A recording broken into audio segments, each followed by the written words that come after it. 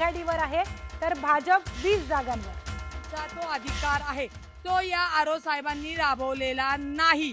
मग मुळामध्ये या जर राबवला नसेल, त्या मशीनचे नंबर मॅच होत नसेल, तर तुम्ही आमच्या समोर कुठल्या मशीन आणून दाखवतायत? आता आरो साहेब म्हणतात मशीन बदललं गेलं असा आरोप आहे का ताई? एक्झॅक्टली. आता त्यांचं म्हणणं आहे की लिस्टला 27चं पान गेलं का 28चं. निवडणूक अधिकाऱ्याचं कर्तव्य आहे की प्रत्येक प्रोसिजर ही लोकशाहीनी पारदर्शक आणि चुका न होता होणं गरजेचं आहे. की तुमची चूक झाली आहे का नाही झालंय ते पुराव्यानिशी त्यांनी आम्हाला कायदेशीर दिलं पाहिजे. आणि इथे कोणताही राडा वाडा गाडा नाही. इथे डॉक्टर बाबासाहेब आंबेडकरांच्याच प्रक्रियेने लोकशाहीने प्रक्रिया पार पडली गेली पाहिजे. आता इथे काय करतायत? आरो साहेब पोलिसांचा आधार घेतायत आणि पोलिसांनी आरोंची वकिली नाही करायची. आम्हाला निर्णय आरोंचाच आणि पुरावे आरोच दाखवणार. तुमच्यासोबत दमदाटी केली जाते का? येस, आमच्यासोबत दमदाटी केली जाते. बोलू नका हे नका, तर आम्ही ऐकणार नाही. पोलिसांनाही आम्ही विनंती केले, तुम्ही कायदा सुव्यवस्था बिघडणार नाही याची काळजी घ्या. कायदा सुव्यवस्था बिघडणार नाही ही आम्ही आमची पण काळजी घेतलेली आहे. परंतु आमची निवडणूक प्रोसिजर पारदर्शकपणे झाली पाहिजे. जर तुम्ही नंबर बदलले तर त्या नंबराची सही शिक्क्याची प्रत उमेदवारांना उमेदवाराच्या प्रतिनिधींना का देण्यात आली नाही? म्हणजेच तुम्ही दिली नाही तिथे तुम्हाला या सगळ्या गोष्टी करायच्या होत्या. कारण का लोकांच्या जनमतातला वेगळा की ज्या उमेदवारांना लोकांनी उभं केलं नाही, अहो ते 500-500 हजार 2-2 हजारांनी पुढे. मशीन मध्ये घोळ कसा केला? म्हणजे काय सिरियल नंबर बदललं? तुमच्या समोर झालं? तुमची काही लोक होती तिथं? एक लक्षात घ्या, सांगितलं मी परत किस्सा तुम्हाला की निवडणूक सुरू झाल्यावर 11 तारखेला यांनी आमची बैठक घेतली. उमेदवार प्रतिनिधी, उमेदवार, त्यांची लोक, साक्ष आणि पंच सगळे मशीन्स आम्हाला दाखवले. ही मशीन हा नंबर हा आहे.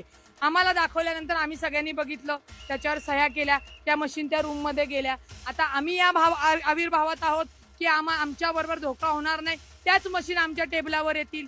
परंतु त्या मशीन टेबलावर न येता दुसऱ्या मशीन आमच्या टेबलावर आल्या. मग जेव्हा आमचे पोलिंग एजंट आहे, मशीन नंबर का मॅच होत नाही हा पहिला प्रश्न तिथं मुद्दा उभा राहिला. तर पहिला जेव्हा एक मशीन मॅच होत नाही, आपण समजून ह्युमॅनिटी आहे, माणसांकडनं एखादी चूक होऊ शकते. 17 मशीन मॅच होत नाही, ही चूक असू शकते. अहो आम्हीही वकीलो, आम्हालाही प्रक्रिया. तर एक मोठी ब्रेकिंग न्यूज आपण पाहूयात. आत्ताच रुपाली ठोंबरेंचं बोलणं आपण ऐकलं. भाजपचा 14 जागांवर विजय झालेला आहे. भाजपची विजय घाऊन जाऊन राज्यातील 29 महापालिका आणि या 29 महापालिकांचे निकाल समोर येत असताना आपण बघतोय भाजपचं निर्विवाद वर्चस्व या निकालांवरती दिसून येत आहे. भाजपची आघाडी ही कायम आहे. भाजपच्या रवी राजांचा पराभव झालेला आहे. मोठी ब्रेकिंग न्यूज आता क्षणाची. हेच ते रवी राजा जे काँग्रेसमध्ये यापूर्वी होते, नंतर ते आपण जर पाहिलं तर भाजपमध्ये गेले. त्याचबरोबर ठाकरेंच्या जगदीश थेवलपिंचा विजय झालेला आहे. ठाकरे बंधूंचा उमेदवार इथे विजयी झाला आणि भाजपच्या रवी राजांचा पराभव झाला. 2017 ते 2022 आपण पाहिलं तर रवी राजा हे महापालिकेचे विरोधी पक्ष नेता होते काँग्रेसचे. त्यानंतर ते भाजपमध्ये गेले, पण त्यांचा पराभव केलेला आहे तो ठाकरेंच्या उमेदवाराने. मोठी बातमी आपण म्हणता येईल. प्रस्थापितांना या निवडणुकीत मोठा धक्का बसलेला आहे. रवी राजांचा बघा पराभव झालेला आहे. 185 मतांनी त्यांचा पराभव झालेला आहे. मार्जिन फार कमी आहे. तर रवी राजा यांचा पराभव झाला आहे. 185 वॉर्ड क्रमांकामधून त्यांचा पराभव झालेला आहे आणि तिथे TM जगदीश उबाठा पक्षाचे निवडून आलेले आहेत. प्रस्थापितांना धक्का देण्यात आलेला आहे. जनसामान्यांनी आपला कौल दिलेला आहे. तिथे वॉर्ड क्रमांक 185 मधनं रवी राजा जे भाजपचे उमेदवार होते, हेच ते रवी राजा जे गेल्या वेळी आपण महापालिकेत बघितलं तर काँग्रेसचे विरोधी पक्ष नेता होते. काँग्रेसमधनं त्यांनी भाजपमध्ये प्रवेश केला आणि याच प्रस्थापित नगरसेवकाचा यंदा आपण पराभव झाल्याचा आपण पाहतोय. भाजपची उमेदवारी त्यांना मिळालेली होती आणि ठाकरेंच्या जगदीश थेवलपिंनी त्यांचा पराभव केलेला आहे. थेवलपिंचा विजय झालेला आहे. वॉर्ड क्रमांक 184 यामधनं रवी राजांचा पराभव झाला. प्रस्थापितांना धक्के मिळताना आणखी एक मोठी बातमी समोर येते. मुंबईमध्ये शिवडी लालबाग मध्ये धीम्या गतीनं मतमोजणी सुरू आहे. या दोन्ही भागामध्ये मतमोजणी ही धीम्या गतीने सुरू आहे. 3 तासात फक्त 2 वॉर्डची मतमोजणी झाली आहे. तिथे लालबाग परळच्या वेगवेगळ्या वॉर्डकडे सगळ्यांचं लक्ष आहे, कारण मराठी बहुल एरिया मराठीचा नारा या ठिकाणी दिला गेलेला होता. त्यामुळे लालबाग परळमध्ये कोणाचा म्हणजे मराठी जनांचा कौल हा कोणाच्या बाजूने जातोय, कोणाच्या पारड्यात तो पडतोय, हे खरं तर आजच्या निकालातनं स्पष्ट होणार आहे. त्यामुळे शिवडी लालबागमध्ये धीम्या गतीनं मतमोजणी जी आहे ती केली जाते. त्या मतमोजणीतनं आपण जर पाहिलं तर 3 तासात फक्त 2 वॉर्डची मतमोजणी जी ती पूर्ण होऊ शकलेली आहे. त्यामुळे काही फेऱ्या बाकी आहेत. होणाऱ्या फेऱ्यांमधनं ईव्हीएमच्या मतमोजणीनंतर सगळं चित्र जे आहे ते स्पष्ट होईल. अधिक माहिती आपण जाणून घेणार आहोत. आमचे प्रतिनिधी उदय जाधव आता क्षणाला आपल्या बरोबर आहे. उदय, लालबाग, शिवडी सगळ्यांचं लक्ष आहे आणि त्यामुळे इथं मतमोजणीची ती धीम्या गतीनं होताना दिसते. नेमकं कारण काय? विशाल, आपण पाहतोय लालबाग शिवडी विधानसभा मतदारसंघामध्ये एकूण 6 वॉर्ड आहेत. त्या 6 वॉर्डची मतमोजणी इकडे होणार आहे. मात्र सकाळी 10 वाजता ज्या मतमोजणीला सुरुवात झाली, सर्वात आधी टपाल जी आहे, टपाल मतांची मतमोजणी सुरू झाली. मात्र अतिशय धीम्या गतीने मतमोजणी जी आहे ती सुरू झालेली आहे. आतापर्यंत फक्त 200 क्रमांकाचा वॉर्ड आणि 201 क्रमांकाचा वॉर्ड यांचीच फक्त मतमोजणी जी आहे ती पूर्ण झालेली आहे. अद्याप बाकीचे 4 वॉर्ड जे आहेत ते 5 वॉर्ड जे आहेत ते अजून बाकी आहे. त्यांची मतमोजणी कधी होणार या संदर्भात प्रश्न विचारले जात आहेत. कारण याच मतमोजणी केंद्राच्या बाहेर मोठ्या प्रमाणात सर्वच पक्षांचे कार्यकर्ते जमा झालेले आहेत. अतिशय धीम्या गतीने म्हणजे फक्त 3 तासांमध्ये 2 वॉर्डची मतमोजणी जी आहे ती पूर्ण झालेली आहे. त्यामुळे काहीसा एक राज जो आहे तो व्यक्त केला जात आहे. तू जसं म्हणालास की इतरही वॉर्ड आहे त्याची मतमोजणी होणं फार आवश्यक आहे किंवा ते होणं बाकी आहे. बघूयात, आपण वाट बघूयात की काय नेमका या ठिकाणी तर एक निकाल मोठी समोर बातमी येतोय. विशाल सर, आणखी एक मोठी बातमी. प्रवीण दरेकरांचा भाऊ हा विजयी झालेला आहे. ही मोठी बातमी आपण बघतोय. प्रवीण दरेकरांचा भाऊ विजयी झालाय. प्रवीण दरेकर स्वतः आमदार आहेत आणि त्यांनी त्यांच्या भावाला विजयी करण्यामध्ये निश्चितच मदत केली आहे. प्रवीण दरेकर यांचा भाऊ प्रकाश दरेकर हे विजयी झाले. प्रवीण दरेकरांचा भाऊ प्रकाश दरेकर विजयी झाले. तर कोपर खरेड्यातनं सागर नाईक बघा, नाईक फॅमिलीतला आणखीन एक मेंबर, एक सदस्य सागर नाईक जे आहेत म्हणजे गणेश नाईकांचे पुतणे, हेच ते सागर नाईक जे यापूर्वी महापालिकेत खरं तर वेगवेगळ्या नगरसेवक म्हणून वेगवेगळ्या पदांवरती राहिलेले आहेत. त्यामुळे सागर नाईकचा कोपर खरेड्यातनं विजय झाल्याचं कळतंय. पुन्हा एकदा टांगापलटी घोडे फरार तसं झालेलं आहे. गणेश नाईक यांचे पुतणे सागर नाईक यांचा विजय झालेला आहे कोपर खैरनेमधून.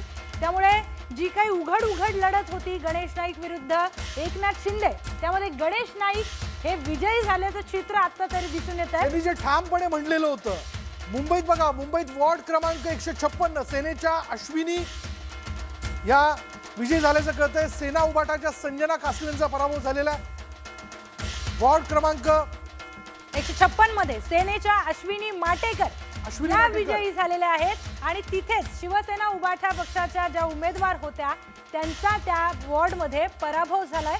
संजना कासले या त्यांच्या विरोधात उभ्या होत्या, त्यांचा पराभव झालेला आहे आणि त्याच वॉर्डमधून अश्विनी माटेकर या विजयी झालेल्या आहेत. वॉर्ड क्रमांक 156 मधली ही आकडेवारी आपण बघतोय. त्यामुळे मुंबई महापालिकेच्या बाबतीत आता फारसं बोलण्यासारखं या अर्थाने राहिलेलं नाहीये. वेगवेगळे जे काही ठिकाण आहेत, वॉर्ड आहेत, त्याचे खरं तर निकाल येणं बाकी, त्याच्यावरती सगळ्यांचं लक्ष आहे. तर आणखी एक मोठी बातमी कोल्हापूर मधून, पुरेपूर कोल्हापूर, शिवसेना उबाठाने आपलं खातं कोल्हापूरमध्ये उघडलेलं आहे. प्रभाग 15 मधनं प्रतिज्ञा उतुरे या विजयी झालेल्या कोल्हापूरमध्ये शिवसेना उबाटानं आपलं खातं जे ते अखेर उघडलेलं आहे. तिथं भाजपची आघाडी आहे. कोल्हापूरमध्ये आपण बघतो महाडिक गटाने जोर लावलेला होता. खरं तर तिथं पक्षांमध्ये लढाई असण्यापेक्षा गटांची लढाई, स्थानिक गटांची लढाई. जनतेमध्ये आमची जी ओळख आहे ती ओळख निश्चित आम्ही कायम ठेवण्याचा प्रयत्न करू. आपल्या माध्यमातून पुन्हा त्या मायबाप जनतेला हात जोडून मी त्यांचे आभार मानतो. सगळ्या शिवसैनिक, मनसैनिक, राष्ट्रवादीचे सर्व आणि मला सहकार्य करणारे माझे अनेक हितचिंतक यांचे आभार मानतो. विशेषमध्ये त्या समोरच्या पक्षात देखील अनेक आमचे अनेक लोक मला त्यांना वाटत होतं की या निशिकांत शिंदे निवडून यावं, त्या सगळ्यांचे मनापासून आभार मानतो. धन्यवाद. तर आणखी एक मोठी बातमी. मुंबईत वॉर्ड क्रमांक 156 मध्ये सेनेच्या अश्विनी वाटेकर विजयी झालेले आहेत.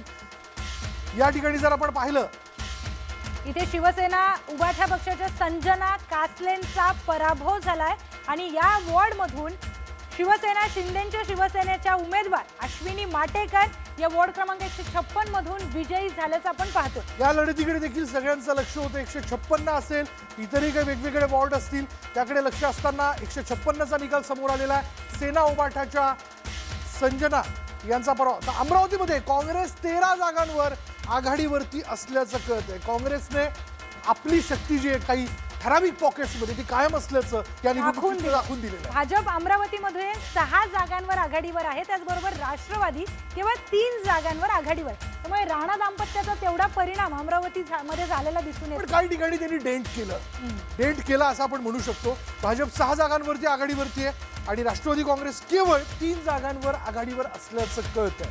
तसं बघायला गेलं तर खोडके परिवाराने अमरावतीमध्ये जोरदार जोर बरोबर. लावलेला आणखी एक होता. मोठी बातमी, नवी मुंबईमध्ये भाजप सत्ता स्थापनेच्या दिशेने आपली वाटचाल करते.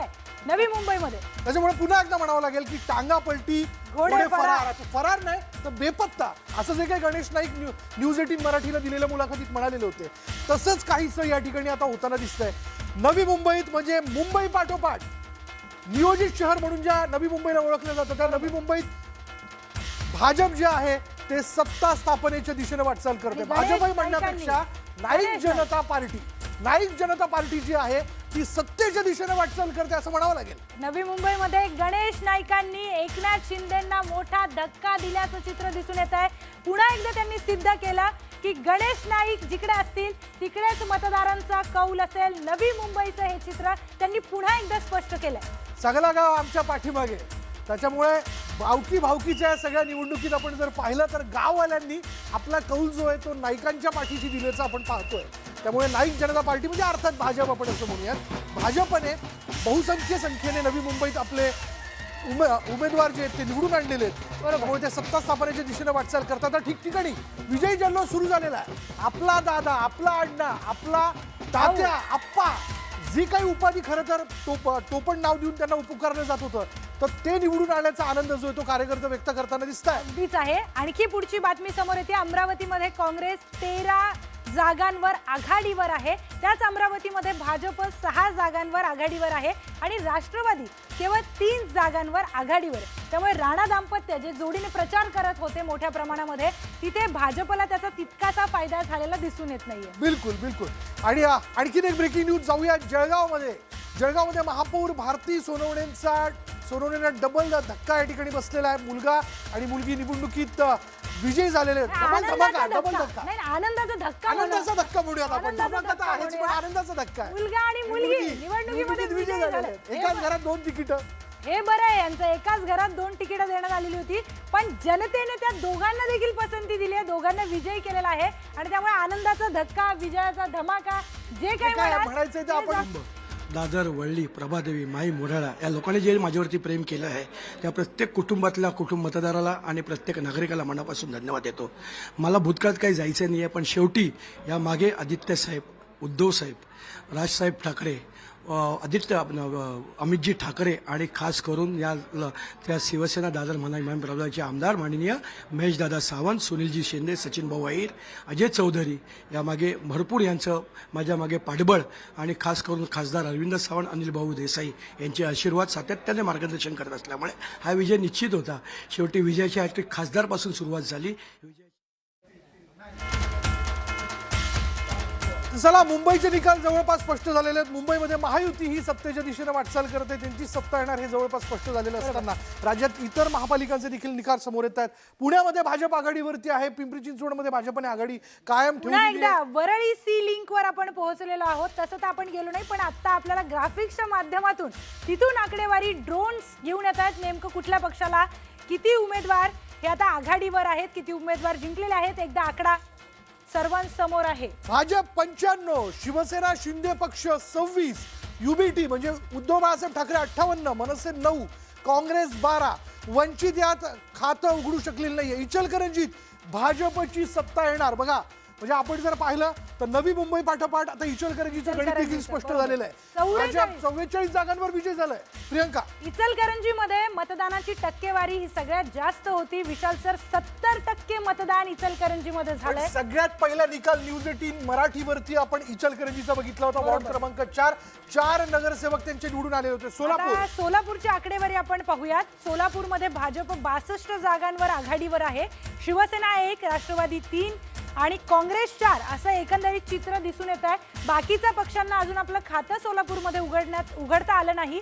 सोलापूरमध्ये खरं तर प्रणिती शिंदेची प्रतिष्ठा पणाला लागलेली होती, पण तसं ती काही पणालाच लागलेली दिसून येते. पणालाच लागलेली दिसते. म्हणजे 4 जागांवरती फक्त त्यांची आघाडी दिसून येते. भाजप 62, थोडे झिडके नाही, भाजप 62 जागांवर त्या ठिकाणी आघाडी ठेवून आहे. त्याच्यामुळे विजयाचा जल्लोष करत असताना कडक भाकरी आणि मस्तपैकी शेंगदाण्याची शेंगदाण्याची चटणी चटणी. यावरती कार्यकर्ते संध्याकाळी ताव मारणार आहेत.